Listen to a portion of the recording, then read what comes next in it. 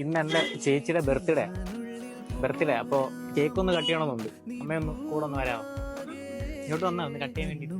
ചേച്ചി ഇപ്പൊ ഇവിടെ ഇല്ല, അപ്പോ അതിന്റെ ചേച്ചിക്ക് ഒരു സർപ്രൈസ് കൊടുക്കാൻ വേണ്ടിട്ടാ. വീഡിയോ എടുക്കുന്നതിന് കുഴപ്പമില്ലല്ലോ, വയസ്സായൊന്നും കുഴപ്പമില്ല.